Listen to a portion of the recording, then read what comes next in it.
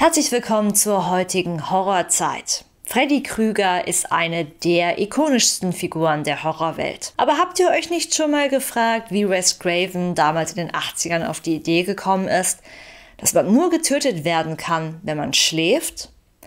Im heutigen Video möchte ich euch von den tragischen Hintergründen erzählen, die A Nightmare on Elm Street inspiriert haben.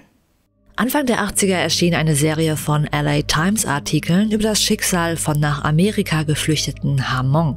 Diese waren mitten im Schlaf gestorben, ohne dass es irgendeine medizinische Erklärung dafür gab. Die Hamong sind ein indogenes Volk, das vorrangig in China, Laos, Vietnam und Thailand lebt und auf eine tragische Vergangenheit zurückblickt.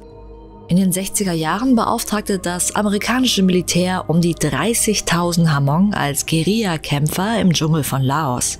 1973 zogen sich die Vereinigten Staaten infolge des Waffenstillstands in Vietnam auch aus Laos zurück und überließen die Hamong ihrem Schicksal.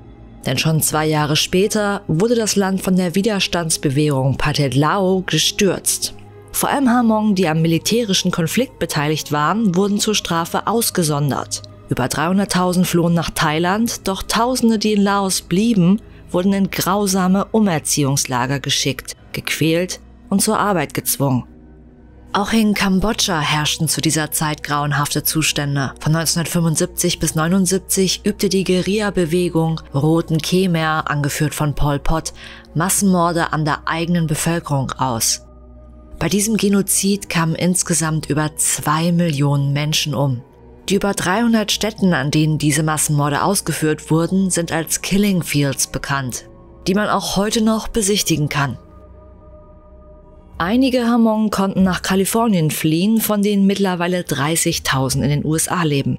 Die in den 80ern veröffentlichte Artikelreihe der LA Times, die auch Wes Craven damals las, enthielt Interviews mit einigen dieser Geflüchteten, von denen vorrangig die Männer von grausamen Albträumen geplagt wurden. Plötzlich hörte ich ein Geräusch im Zimmer.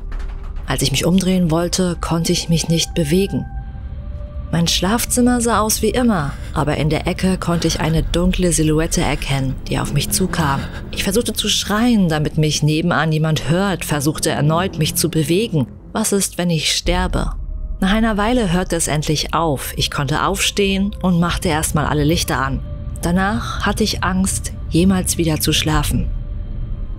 Was diese Person hier beschreibt, nennt sich Schlafparalyse. Dabei wird die Skelettmuskulatur während des Schlafs gelähmt, um zu verhindern, dass geträumte Bewegungen tatsächlich ausgeführt werden. Betroffene beschreiben diesen Zustand als äußerst grauenhaft, da man komplett machtlos ist. Eine weitere Familie berichtete von ihrem Sohn, der aufgrund seiner grauenhaften Träume nicht mehr schlafen wollte. Wie Nancy in A Nightmare on Elm Street versteckte er eine Kaffeemaschine in seinem Schlafzimmer und hielt sich mit Tabletten wach. Eines Nachts schlief er dann doch vor dem Fernseher ein. Seine Eltern freuten sich, dass er sein Trauma scheinbar überwunden hatte und trugen ihn nach oben in sein Zimmer. Später, mitten in der Nacht, hörten sie plötzlich einen fürchterlichen Schrei. Als sie im Zimmer ihres Sohnes ankamen, war er bereits tot, gestorben im Schlaf. Dieser tragische Tod war leider alles andere als eine Ausnahme. 1981 begann das amerikanische Center for Disease Control eine Reihe von plötzlichen Toten mitten in der Nacht zu notieren. Alle Opfer waren männliche, gesunde Immigranten aus Vietnam, Laos und Kambodscha. Selbst nach zahlreichen Obduktionen konnten Mediziner und Forscher keine gesundheitliche Ursache für dieses als Sudden Nocturnal Death Syndrome bezeichnete Symptom finden. 1981 gab es so über 100 Opfer, die alle zwischen 22 Uhr und 8 Uhr morgens gestorben waren. Nachdem immer mehr Fälle bekannt wurden, versuchten viele der Hamong so lange wach zu bleiben wie möglich, stellten sich Wecker und schauten Filme, um nie in einen tiefen Schlaf zu fallen. Dieses gestörte Schlafverhalten fördert allerdings die Schlafparalyse, führt zur Ausschüttung von Stresshormonen und übt mehr Druck auf das Herz aus. Wie in A Nightmare on Elm Street schienen alle Versuche, wach zu bleiben, vergebens, da jeder Charakter im Film früher oder später einschläft.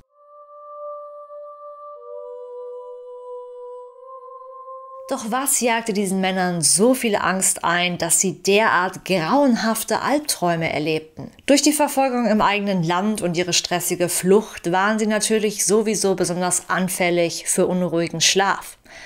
Aber betrachtet man mal die Glaubensvorstellungen der Monk, ergibt sich ein weiterer interessanter Aspekt, der die Vorfälle erklären könnte.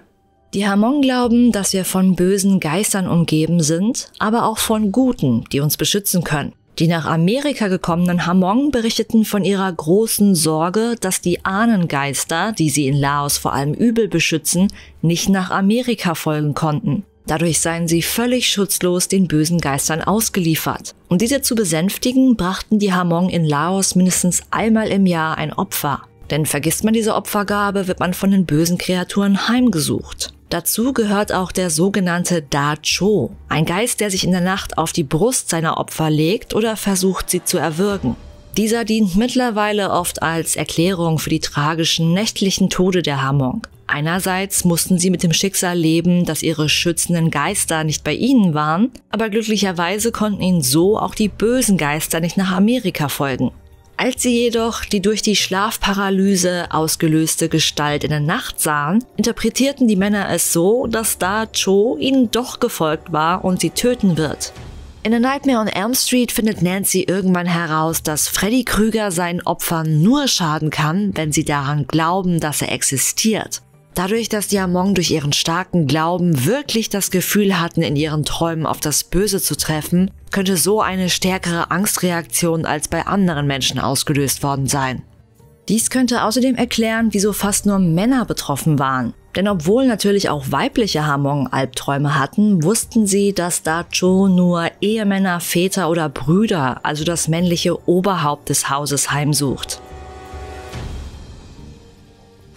Es scheint, dass manche Albträume doch wahr sind. Das war die heutige Horrorzeit.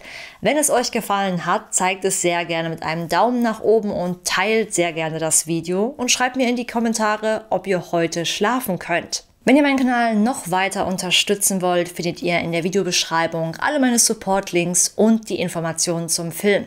Bis zum nächsten Mal.